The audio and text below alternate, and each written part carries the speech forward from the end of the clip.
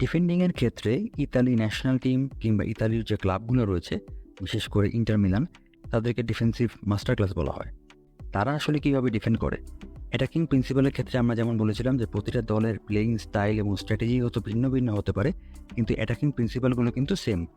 একইভাবে ডিফেন্ডিংয়ের ক্ষেত্রেও প্রতিটা দলের ডিফেন্ডিং স্টাইল এবং ডিফেন্ডিং স্ট্র্যাটেজি হয়তো ভিন্ন হতে পারে, কিন্তু ডিফেন্ডিং প্রিন্সিপালগুলো কিন্তু সেম থাকবে। তো এই ডিফেন্ডিং প্রিন্সিপালগুলো আসলে কী কী? Assalamu alaikum and welcome to Outside the Box Analysis Presents Football Series Understanding the Game. গত পর্বে আমরা আলোচনা করার চেষ্টা করেছিলাম যে অ্যাটাকিং প্রিন্সিপালগুলো নিয়ে। আজকের পর্বে আমরা আলোচনা করার চেষ্টা করব ডিফেন্ডিং প্রিন্সিপাল নিয়ে। ডিফেন্ডিং প্রিন্সিপালের মধ্যে রয়েছে প্রেস অথবা delay, compactness, depth, cover and balance এবং সেই সাথে কন্ট্রোল অ্যান্ড রেস্ট্রেন্ট। তো আমরা একে একে এই ডিফেন্ডিং প্রিন্সিপালগুলো নিয়ে আলোচনা করার চেষ্টা করছি। প্রথমে রয়েছে প্রেস নাকি ডিলে। সো কোনো টিমকে আমরা দেখি তারা কিন্তু প্রেস করার চেষ্টা করে, আবার কোনো টিমকে আমরা দেখি তারা কিন্তু প্রেস করতে যায় না, বরং তারা ডিলে করার চেষ্টা করে বা তারা কিন্তু রিট্রিট করে নিচে নেমে আসার চেষ্টা করে, অর্গানাইজ ডিফেন্স করার চেষ্টা করে। সেই ক্ষেত্রে আমরা যদি প্রথম উদাহরণটা দেখি, লিভারপুল তারা যখন ডিফেন্স করছে তারা কিন্তু হাই ব্লকে রয়েছে এবং তারা হাই প্রেসিং করছে, অর্থাৎ তারা এখানে প্রেসিং করছে, তারা কিন্তু এখানে ডিলে করছে না। তারা রিয়াল মাদ্রিদকে এখানে বিল্ড আপ করতে দিতে চাচ্ছে না এবং রিয়াল মাদ্রিদ যখন বিল্ড আপ করার চেষ্টা করছে তখন সেখান থেকে তারা প্রেস করে বল উইন করার চেষ্টা করছে, অর্থাৎ তারা নিজেরাই প্রেস ইনিশিয়েট করছে এবং প্রেস ইনিশিয়েট করে তারা সেখান থেকে বল উইন করার চেষ্টা করছে। অন্যদিকে এই উদাহরণের ক্ষেত্রে ইন্টার মিলানের ক্ষেত্রে তারা কিন্তু প্রেস করছে না, এখানে বিশেষ করে ব্রোজোভিচ তিনি কিন্তু আসলে ডিলে করাচ্ছেন, অর্থাৎ যার পায়ে বল রয়েছেন, সম্ভবত রুবেন ডিয়াস ছিলেন, তিনি যখন বল নিয়ে প্রোগ্রেস করে উঠে আসার চেষ্টা করেছেন তখন ব্রোজোভিচ কিন্তু তাকে প্রেস করতে যাননি, বরং তিনি রিট্রিট করেছেন, তিনি তাকে ডিলে করানোর চেষ্টা করেছেন। অর্থাৎ রুবেন ডিয়াস যেন বল নিয়ে প্রোগ্রেস করতে না পারে অথবা কাউকে কোনো প্রোগ্রেসিভ পাস খেলতে না পারে, সেটা ব্রোজোভিচ চেষ্টা করেছেন পাসিং লাইনগুলো বন্ধ করার জন্য বা রুবেন ডিয়াসের প্রোগ্রেশনটাকে ব্লক করার জন্য।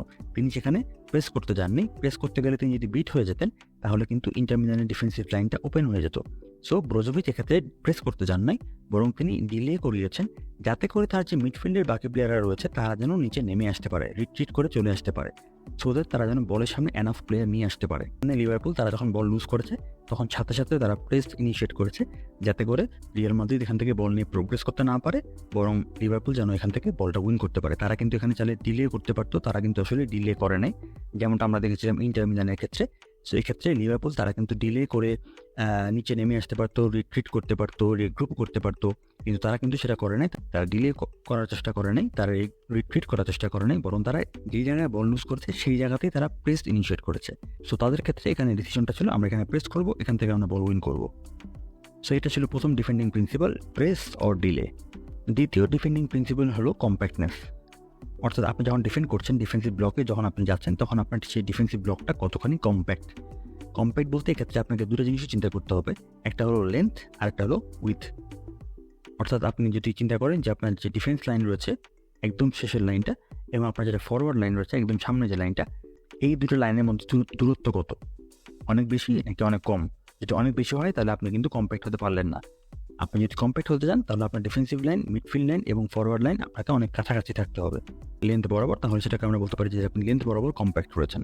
আবার আপনাকে এটাও খেয়াল করতে হবে যে আপনি উইথ বরাবর কম্প্যাক্ট হতে পারছেন কিনা। অর্থাৎ আপনি হয়তো defence line, midfield line, forward line খুব কাছাকাছি আছেন, কিন্তু ডিফেন্স লাইনে যে 5জন প্লেয়ার এখানে রয়েছে ইন্টার মিলানের, তারা যদি এখানে খুব কাছাকাছি না থাকতো, অর্থাৎ একই লাইনের বিভিন্ন প্লেয়ার যদি অনেক বেশি দূরে অবস্থান করতো তাহলেও কিন্তু সেটা কম্প্যাক্ট হতো না। সো আপনাকে দেখতে হবে দুইটা লাইনের মধ্যে দূরত্ব কতখানি এবং একই সাথে একই লাইনে যে প্লেয়ারগুলো রয়েছে সেই প্লেয়ারগুলোর মধ্যে দূরত্ব কতখানি। এই দুইটা মিলেই আসলে হবে যে আপনি কম্প্যাক্ট হতে পেরেছেন কি পারেননি। সো এক্ষেত্রে যদি আমরা ইন্টার মিলানের ক্ষেত্রে দেখি, ডিফেন্সিভ লাইন এবং মিডফিল্ড লাইনের মধ্যে দূরত্বগুলো কিন্তু খুবই কম এবং তারা খুব ন্যারোলি সেন্ট্রালি কম্প্যাক্ট অবস্থান তৈরি করেছেন। এবং তারা এক্ষেত্রে যেটা করেছে, ন্যারো সেন্ট্রালি কম্প্যাক্ট লো ব্লকের তারা এখানে ডিফেন্স করছে। সিমিলারলি এই ক্ষেত্রে টটেনহাম হটস্পার তারা যখন ডিফেন্স করছে তারা লো ব্লকে ডিফেন্স করছে এবং তারা কিন্তু কম্প্যাক্ট অবস্থা রয়েছে। তাদের defensive line, midfield line, forward লাইনের মধ্যকার দূরত্ব এবং একই লাইনে যে প্লেয়ারগুলো রয়েছে তাদের মধ্যকার দূরত্ব যদি আপনি খেয়াল করে দেখেন, এক্ষেত্রে তারা ক্ষেত্রে বেশ খুব ভালোভাবেই কম্প্যাক্ট অবস্থায় লো ব্লকে ডিফেন্স করছেন। এরপরে ডিফেন্ডিং প্রিন্সিপালের ক্ষেত্রে রয়েছে কাভার অ্যান্ড ব্যালেন্স।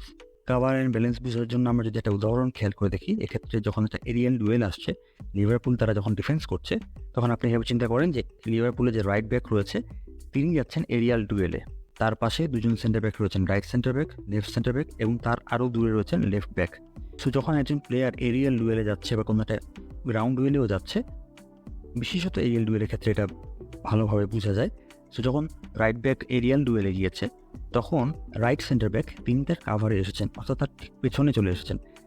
অর্থাৎ রাইট সেন্টার ব্যাক তখন কিন্তু রাইট ব্যাকের ঠিক কাছাকাছি চলে আসার চেষ্টা করছেন, একটু পিছনে, যাতে করে এরিয়াল ডুয়েলটা যদি রাইট ব্যাক মিসও করেন, অর্থাৎ বলটা যদি পিছনেও চলে আসে, তাহলে রাইট সেন্টার ব্যাক তিনি যেন সেই বলটাকে কাভার করতে পারেন।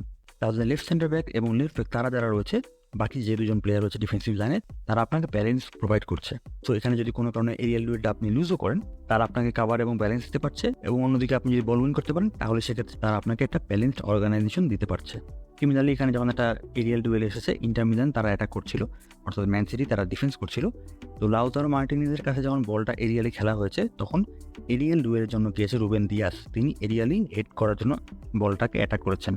অন্যদিকে আরেকজন যে সেন্টার ব্যাক রয়েছিল ম্যানুয়েল আকাঞ্জি, তিনি কিন্তু কাভারে গিয়েছেন, অর্থাৎ যিনি এরিয়াল ডুয়েলে গিয়েছেন তার ঠিক পিছনে চলে আসার চেষ্টা করছেন। অর্থাৎ এরিয়াল ডুয়েলটা যদি রুবেন দিয়াস মিস করেন, তাহলে ম্যানুয়েল আকাঞ্জি তিনি কিন্তু পিছন থেকে বলটাকে কাভার করতে পারবেন। অন্যদিকে এক্ষেত্রে রাইট ব্যাক এবং লেফট ব্যাক এখানে ছিলেন জন স্টোনস এবং আকে, তারা কিন্তু ব্যালেন্স প্রোভাইড করছেন। অর্থাৎ এখানে যদি আপনি বল উইন করেন তাহলে আপনার এখানে সাপোর্টিং অপশন হয়ে গেল, আর আপনি যদি বল লুজ করেন তারা কিন্তু নিচে নেমে আসতে পারবে এবং সেক্ষেত্রে তারা কিন্তু ডিফেন্সে হেল্প করতে পারবে। তো দেখা যাচ্ছে যে একজন যখন এরিয়াল ডুয়েলে যাচ্ছে তখন তার সাথে আরেকজন কাভারে যাচ্ছে, বাকিরা তাকে ব্যালেন্স প্রোভাইড করছে। সিমিলারলি আমরা যদি এখানে দেখি, এখানে যখন এরিয়াল ডুয়েল আসছে তখন একজন রাইট সেন্টার ব্যাক তিনি আসলে এরিয়াল ডুয়েলে গিয়েছেন, লেফট সেন্টার ব্যাক তিনি তাকে কাভার দিচ্ছেন, এবং এর সাথে রাইট ব্যাক যেহেতু খুব কাছাকাছি রয়েছেন তিনিও তাকে কাভার প্রোভাইড করছেন। সো এক্ষেত্রে তারা কিন্তু যেখানে এরিয়াল ডুয়েলটা হচ্ছে ঠিক তার পিছনে একটি অ্যাঙ্গেলে চলে এসেছেন, যাতে করে বল যদি লুজও হয়ে যায় তারা যেন সেই বলটা উইন করতে পারেন, সেকেন্ড বলটা। অন্যদিকে যিনি লেফট ব্যাক রয়েছেন আকে, তিনি কিন্তু ব্যালেন্স প্রোভাইড করছেন। সো কোনো কারণে যদি তারা বল এখানে উইন করতে না পারে, তাহলে কিন্তু আকে তিনি নিচে নেমে আসতে পারবেন, ডিফেন্সিভ শেপে আপনাকে ব্যালেন্স দিতে পারবেন। অন্যদিকে আপনি যদি বল উইন করতে পারেন তাহলে অ্যাটাকিংয়ের ক্ষেত্রে সেক্ষেত্রেও আকে কিন্তু আপনাকে ব্যালেন্স প্রোভাইড করছেন, একটা সাপোর্টিং অপশন প্রোভাইড করছেন। এরপরে যে ডিফেন্ডিং প্রিন্সিপালটা রয়েছে সেটা হলো ডেপথ বলতে গভীরতা বোঝায়। বাট ফুটবলের ক্ষেত্রে আপনি যদি এভাবে চিন্তা করেন যে আপনার ডিফেন্সিভ লাইনের হাইটটা কোন জায়গায় রয়েছে, অর্থাৎ আপনি কোন জায়গা থেকে ডিফেন্স করছেন, আপনি আপনার ডিফেন্স লাইনটাকে অনেক নিচে নামিয়ে নিয়ে এসেছেন, নাকি অনেক উপরে গিয়ে আপনি ডিফেন্স করছেন। তো আপনি যদি হাই ব্লকে ডিফেন্স করেন তাহলে আপনার ডিফেন্সিভ লাইনটা অনেক উপরে, সেক্ষেত্রে আপনি অনেক বেশি ডেপথ প্রোভাইড করছেন, অর্থাৎ আপনার ডিফেন্স লাইনের পেছনে অনেক বড় জায়গা থাকছে। আর আপনি যদি লো ব্লকে ডিফেন্স করেন তাহলে আপনার ডিফেন্সিভ লাইনের হাইটটা অনেক নিচে, অনেক ডিপে, দ্যাট মিনস আপনি খুব বেশি ডেপথ প্রোভাইড করছেন না। দ্যাট মিনস অপোনেন্ট আপনার ডিফেন্স লাইনের পেছনে খুব বেশি জায়গা পাচ্ছে না অ্যাটাক করার জন্য। সো লো ব্লকের ক্ষেত্রে আপনি ডিপে ডিফেন্স করছেন, আর হাই ব্লকের ক্ষেত্রে আপনি হাই অফ দ্য পিচে গিয়ে ডিফেন্স করছেন। দ্যাট মিনস আপনার ডিফেন্স লাইনের হাইটটা কোথায় রয়েছে সেটা থেকে বোঝা যাচ্ছে যে আপনি অপোনেন্টকে কতখানি ডেপথ দিচ্ছেন। এখানে যেমন রিয়াল মাদ্রিদ অনেক বেশি লো ব্লকে ডিফেন্স করছে, সো তারা অনেক বেশি ডিপে ডিফেন্ড করছে, দ্যাট মিনস তারা খুব বেশি ডেপথ দিচ্ছে না। অন্যদিকে এখানে লিভারপুল অনেক হাই অফ দ্য পিচে ডিফেন্স করছে, সো তাদের ডিফেন্স লাইনের পেছনে কিন্তু অনেক বড় ডেপথ রয়েছে। তো যদি কখনো হাই ব্লকে কেউ ডিফেন্স করে, that means high of the পিচে এসে যদি তারা ডিফেন্ড করে, তাহলে সেক্ষেত্রে গোলকিপারের একটা বড় ভূমিকা থাকে এই ডেপথ ডিফেন্ডিংয়ের ক্ষেত্রে। ডেপথ ডিফেন্ডিংয়ের ক্ষেত্রে দুটো জিনিস ইম্পর্টেন্ট। একটা হলো আপনাকে বুঝতে হবে যে অপোনেন্ট এখন আপনার ডিফেন্স লাইনের পেছনে ইন বিহাইন্ড দ্য ডিফেন্স লাইনের যে স্পেসটা রয়েছে সেই স্পেসে তারা অ্যাটাক করতে যাচ্ছে কিনা। তো তারা যদি এখন এরিয়াল থ্রু খেলে তাহলে আপনার ডিফেন্ডারদেরকে সেটা রিড করতে হবে, অ্যান্টিসিপেট করতে হবে, এবং সেক্ষেত্রে ডিফেন্ড করার ক্ষেত্রে তাদেরকে আগে থেকে কিছুটা ওপেন বডি স্ট্যান্সে থাকতে হবে, যাতে করে তারা সেই বলটাকে ডিফেন্ড করতে পারে। অন্যদিকে আপনার যে গোলকিপার রয়েছে তাকে কিন্তু কিছুটা সুইপার কিপার রোলে ভূমিকা প্লে করতে হবে, কারণ যেহেতু আপনি হাই অফ দ্য পিচে ডিফেন্স করছেন, দ্যাট মিনস আপনার ডিফেন্স লাইনের পেছনে অনেক বড় জায়গা রয়ে গিয়েছে। সেই স্পেসটাতে অপোনেন্ট যদি অ্যাটাক করার চেষ্টা করে বা এক্সপ্লয়েট করার চেষ্টা করে থ্রু বলের মাধ্যমে বা এরিয়া থ্রু বলের মাধ্যমে, সেই বলগুলো অনেক ক্ষেত্রে কিন্তু আপনার গোলকিপারকে এসে হয়তো ইন্টারসেপ্ট করতে হতে পারে। আর ডিফেন্ডিং প্রিন্সিপালের ক্ষেত্রে লাস্ট যে পয়েন্টটা সেটা হলো কন্ট্রোল অ্যান্ড রেস্ট্রেন্ট, অর্থাৎ আপনি যখন ডিফেন্স করছেন সেটা হাই ব্লক হতে পারে, মিড ব্লক হতে পারে, লো ব্লক হতে পারে, আপনার এই ডিফেন্সিভ ব্লকগুলোর মধ্যে কন্ট্রোল থাকতে হবে, নিয়ন্ত্রণ থাকতে হবে, আপনার তাড়াহুড়া করা যাবে না, পেশেন্স থাকতে হবে, ধৈর্য থাকতে হবে। আপনি যদি ধরেন আপনি মিড ব্লকে ডিফেন্স করছেন অথবা আপনি লো ব্লকে ডিফেন্স করছেন, তো আপনার যে ডিফেন্সিভ ব্লকটা রয়েছে এই অর্গানাইজেশনটা যেন নষ্ট না হয়ে যায়। একটা প্লেয়ার যদি সেই ডিফেন্সিভ ব্লক থেকে যদি বের হয়ে যায় তাহলে কিন্তু সেই অর্গানাইজেশনটা অনেক সময় নষ্ট হয়ে যায়। সো আপনাকে পেশেন্স রাখতে হবে, ধৈর্য নিয়ে খেলতে হবে, আপনাকে ডিফেন্সিভ ব্লকের মধ্যেই থাকতে হবে। আপনার যে রোল রেসপন্সিবিলিটি দেওয়া হয়েছে সেই রোল এবং রেসপন্সিবিলিটিগুলোকে আপনাকে মেনে চলতে হবে। সো এটাকে বলা হচ্ছে কন্ট্রোল অ্যান্ড রেস্ট্রেইন্ট। সো এই ছিল মোটামুটিভাবে ডিফেন্ডিং প্রিন্সিপাল নিয়ে আমাদের সংক্ষিপ্ত আলোচনা। পরবর্তী পর্ব দেখার আমন্ত্রণ জানিয়ে আজকের মতো আমরা এখানে বিদায় নিচ্ছি। সবাই ভালো থাকবেন। আসসালামু আলাইকুম।